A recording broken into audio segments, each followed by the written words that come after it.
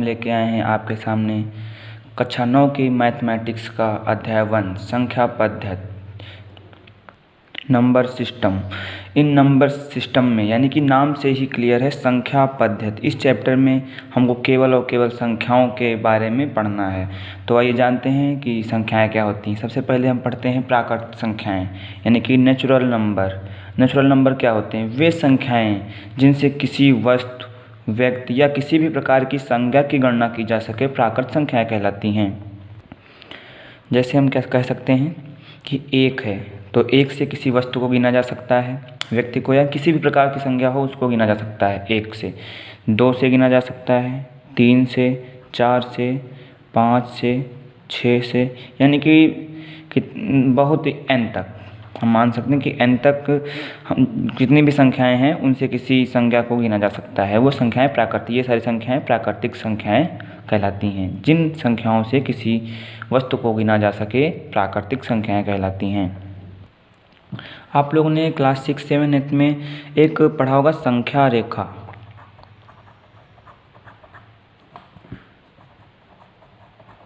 संख्या रेखा क्या होता है कि जीरो बीच में होता है, इधर होता है 1 2 3 डैश डैश डैश, इधर होता है -1 2 -2 -3 -4 डैश डैश डैश। ये संख्या रेखा होती है, संख्या रेखा।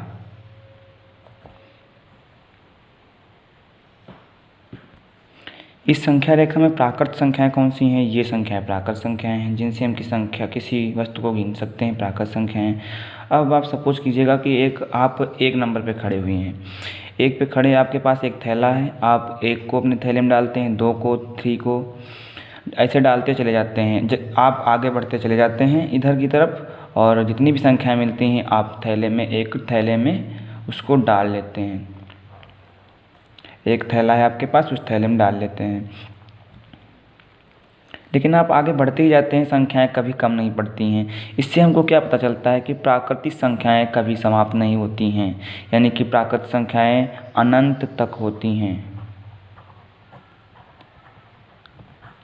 इसको कैपिटल N लेटर से प्रदर्शित करते हैं।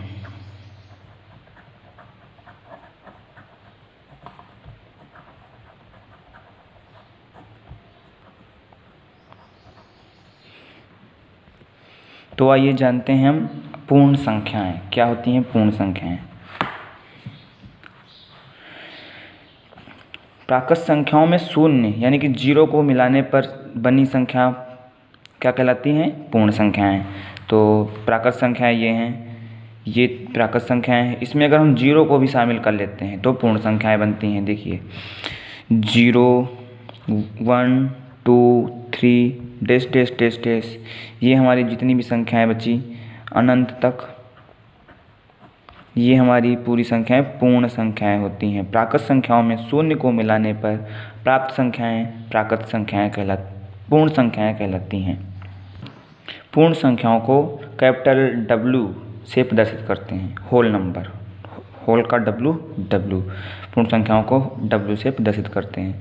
अब हम पढ़ते हैं पूर्णांक क्या होते हैं। पूर्णांक यानी कि पूर्ण संख्याओं में हमें पूर्ण संख्याएं हैं, ये पूर्ण संख्याओं में हम अगर ये ऋणात्मक संख्याओं को भी जोड़ लेते हैं तो हमारी इस संख्याओं के समूह को पूर्णांक कहते हैं। क्या कहते हैं? पूर्णांक। जैसे -1 -2 -3 0 इधर dash dash dash 1 2 3 4 dash dash dash, ये हमारी संख्याओं का समूह पूर्णांक कहलाता है। पूर्ण संख्याओं में ऋणात्मक प्राकृत संख्याओं को जोड़ लेने पर पूर्णांक बनते हैं। पूर्णांक को हम कैपिटल Z से प्रदर्शित करते हैं, कैपिटल Z से।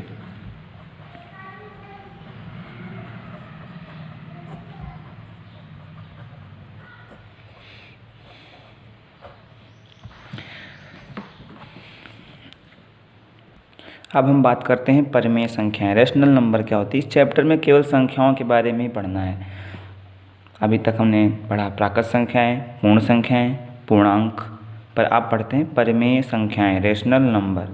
इसको हम कैपिटल लेटर से, कैपिटल क्यू से प्रदर्शित करते हैं। ऐसी संख्याएं जिनको अंश बटे हर यानी कि P/Q के रूप में लिख सकते हैं परिमेय संख्याएं कहलाती हैं। लेकिन याद रहे कि हर जो है हमारा हर के क्यों शून्य नहीं होना चाहिए, हर शून्य नहीं होना चाहिए, यानी कि हर शून्य के बराबर नहीं होना चाहिए, तभी हमारी परिमेय संख्याएं बनती हैं। जैसे कह सकते हैं कि 1/2, 1/3, 2/4, 6/8, ये सारी संख्याएं परिमेय संख्याएं हैं। लेकिन अगर हम कहते हैं कि 7/0 ये एक परिमेय संख्या है, ये परिमेय संख्या नहीं है, क्योंकि ये 7 के नीचे हर में क्या आ गया, हर में 0 आ गया, जो कि नहीं होना चाहिए, यानी कि ये परिमेय संख्या नहीं है। तो सारी पूर्णांक जो होते हैं वो परिमेय संख्याएं होती हैं। ये देखिए आपको बताते हैं अभी। ये हमारी प्राकृत संख्याएं हैं 6, 7, 8, 9 डैश, ये प्राकृत संख्याएं हैं। अब क्या हम कह सकते हैं सभी प्राकृत संख्याएं परिमेय संख्याएं होती हैं? हाँ, सभी प्राकृत संख्याएं परिमेय संख्या होती है। एक के नीचे हम क्या मान सकते हैं, 1/1, यानी कि हमको Q/P अंश बटे हर के रूप में लिखना है। और चेक करेंगे नीचे 0 तो नहीं आ रहा। अगर नीचे 0 आ रहा होगा तो हमारा परिमेय संख्या नहीं है, और नीचे अगर 0 नहीं आ रहा, 0 के स्थान पर कोई भी धनात्मक ऋणात्मक संख्या आ रही है तो परिमेय संख्या है। इसको भी लिख सकते हैं 2/1, 3/1, 4/1, यानी कि सारी संख्याएं, सारी प्राकृतिक संख्याएं परिमेय संख्याएं होती हैं। अब हम देखते हैं पूर्ण संख्याएं। क्या पूर्ण संख्याएं भी परिमेय संख्याएं होती हैं? हाँ, 0/1 है, इसको ये पूर्ण संख्याएं हैं। 0/1 ये इस हर में 0 नहीं होना चाहिए, अंश में 0 से मतलब नहीं, हर में 0 नहीं है, यानी कि ये परिमेय संख्या है।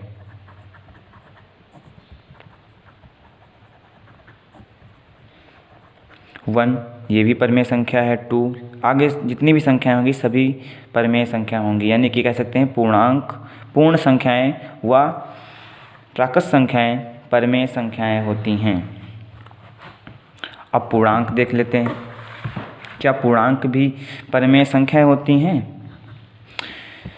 -1/1 लिख सकते हैं इसको, 0/1, 2/1, सब ये पूर्णांक भी हमारे नीचे 1 मान सकते हैं, यानी कि पूर्णांक भी हमारी परिमेय संख्याएं बनती हुई जा रही हैं। चलिए ठीक है, हम आगे बात करते हैं तुल्य परिमेय संख्याएं। तुल्य परिमेय संख्याएं क्या होती हैं? परिमेय संख्याएं तो आप लोग जान गए क्या होती हैं, जिनके हर में 0 ना हो, परिमेय संख्याएं हैं। 2/3 कुछ भी लिखे, -3/4, लेकिन हर में 0 ना हो, परिमेय संख्याएं हैं। अब कह सकते हैं 1/2 है, इसकी तुल्य परिमेय संख्या हमको ज्ञात करनी है। तो क्या कर सकते हैं, इसमें जितने से हमको ऊपर गुणा करें उतने से हम नीचे गुणा कर दें। जैसे ऊपर हम कर रहे हैं 2 से, तो नीचे भी 2 से कर दें। तो क्या होगा, ऊपर 2 × 1, 2 × 1, 2/2 × 2 4, यानी कि 1/2 की 2/4 तुल्य परिमेय संख्या है।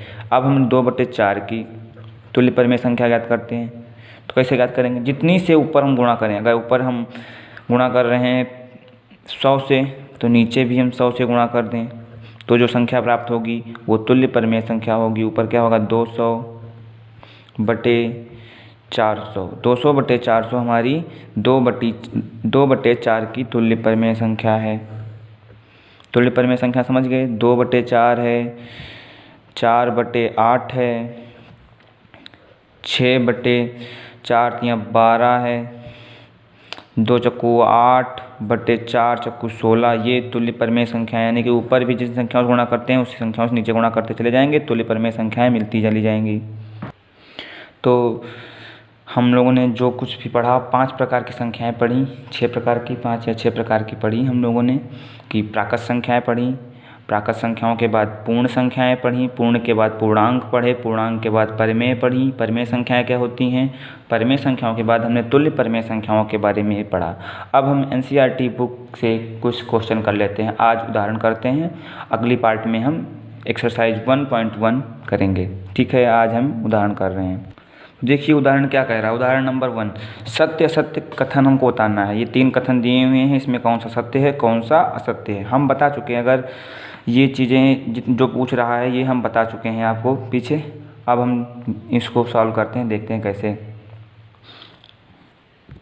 सत्य असत्य कथन बताओ। प्रत्येक पूर्ण संख्या प्राकृत संख्या होती है। तो हम सबसे पहले क्या करेंगे, पूर्ण संख्या लिख लेंगे, यानी कि 0 से तो शुरू होती हैं, 1 2, यानी कि प्राकृत संख्याओं में 0 शामिल कर लें, पूर्ण बन जाती है। 0 1 2 3 4 5 डैश डैश डैश। प्रत्येक पूर्ण संख्या प्राकृत संख्या होती है, नहीं होती है। कैसे पता चला नहीं होती है? क्योंकि हमने 0 भी शामिल कर लिया है। 0 प्राकृत संख्या तो है नहीं, 0 से किसी को गिन तो सकते नहीं हैं, यानी कि प्रत्येक पूर्ण संख्याएं प्राकृत संख्याएं नहीं होती हैं, असत्य है ये। अब बात करते हैं सेकंड नंबर। प्रत्येक पूर्णांक एक परिमेय संख्या होती है। तो प्रत्येक पूर्णांक की बात की हुई है तो हम पूर्णांक लिखेंगे। पूर्णांक कैसे होते हैं, माइनस को भी शामिल कर लेते हैं, ऋणात्मक संख्याओं को भी शामिल कर लेते हैं, पूर्णांक बन जाते हैं। डैश डैश डैश इधर 1 2 3 4 इधर डैश डैश, यानी कि प्रत्येक पूर्णांक एक परिमेय संख्या होती है। अब परिमेय संख्या की बात की गई है, यानी कि बटे में 0 ना हो और ऊपर कुछ भी हो, तो ऊपर 0 हो सकता है, बटे में कुछ भी हो। 1/1 2/1 3/1 4/1 -2/1 ये कह सकते हैं, यानी कि प्रत्येक पूर्णांक एक परिमेय संख्या होती है। नहीं समझ पाए? चलो बताते हैं अभी। हमको पूर्णांक देखना है। पूर्णांक के नीचे अगर हम बटे में 1 लिखते हैं तो हमारा हर तो 0 हुआ नहीं, हर नहीं 0 हुआ, यानी कि हमारी जो संख्याएं पूर्णांक संख्याएं बनी, पूर्णांक संख्याएं वो भी परिमेय संख्या होती हैं। ये सत्य है। अब हम बात करते हैं तीसरे नंबर वाले की। प्रत्येक परिमेय संख्या एक पूर्णांक होती है। प्रत्येक परिमेय संख्या यानी कि कह सकते हैं जिसके नीचे में 1 मतलब 0 ना हो, 1/2 3/2 कुछ भी मान सकते हैं, ये परिमेय संख्याएं हैं। तो प्रत्येक परिमेय संख्या एक पूर्णांक होती है। अब पूर्णांक होने के लिए हमको क्या पता होना चाहिए? पूर्णांक हमारे कौन से होते हैं? 0 -1 -2 1 2 3, ये पूर्णांक हमारे हैं। तो प्रत्येक परिमेय संख्या 3/2 है, तो ये तो पूर्णांक है नहीं, ये तो भिन्न में बटा हुआ है ना। 3/2 यानी कि क्या कह सकते हैं? 1/5 ये पूर्णांक है, पूर्ण अंक नहीं है। इसलिए कह सकते हैं प्रत्येक परिमेय संख्या एक पूर्णांक नहीं होती है। ये एक असत्य हो गया, ये कथन असत्य है। चलिए हम अगले उदाहरण की बात करते हैं। उदाहरण नंबर 2, 1 और 2 के बीच परिमेय संख्या ज्ञात करो। 1 और 2 के बीच परिमेय संख्या ज्ञात करना है, तो हम कैसे ज्ञात करेंगे? हमने धनात्मक संख्या रेखा बना ली, इसके तरफ माइनस वाली संख्या होती हैं, लेकिन हमको 1 और 2 के बीच 5 परिमेय संख्याएं ज्ञात करनी है। तो 1 और 2 के बीच 5 संख्या, यानी कि 1 और 2 के बीच यहाँ से यहाँ तक हमको संख्या ज्ञात करनी है, परिमेय संख्याएं। तो हम संख्याएं कैसे ज्ञात कर सकते हैं? सबसे पहला नियम होता है कि हम 1 और 2 को जोड़ दें, बटे 2 कर दें। क्या हुआ? 1 2 2 3/2, यानी कि इन दोनों के बीच की एक संख्या ये भी आ गई। अब 3/2 आ गया, यानी कि संख्या कौन कौन सी बनी? 1 3/2 2, ये संख्याएं बनी। अब हम इन दोनों संख्याओं के बीच में भी कैसे कर सकते हैं? तो इस संख्या को जोड़ देंगे, 3/2 + 2 जोड़ देंगे तो क्या होगा? 3 2 क्या हो जाएगा? 2 दूना 4 4 3 कितना होगा? 7/2। ये भी हमारी जो 7/2 हुई, ये भी इन दोनों के बीच परिमेय संख्या आ गई। इसी प्रकार से हम क्या कर सकते हैं? 7/2 हमारी संख्या आ गई। अब इसका हम आधा कर देंगे, क्योंकि चाहे हम जोड़ के उसका आधा करें, चाहे डायरेक्ट हम जोड़ दें उसका आधा करें, चाहे डायरेक्ट उसका आधा कर दें, 2 से हमको भाग करना है। 7/4 आ गई, यानी कि 7/4। अब कौन कौन सी संख्याएं बनी? 1 3/2 7/4 2। अब हम क्या कर सकते हैं, 4 संख्याएं मिल गई। एक संख्या हम इसके बीच में देख लेते हैं कितनी कितनी होगी। तो 1 + 3/2 करेंगे और इसका क्या कर देंगे, आधा कर देंगे।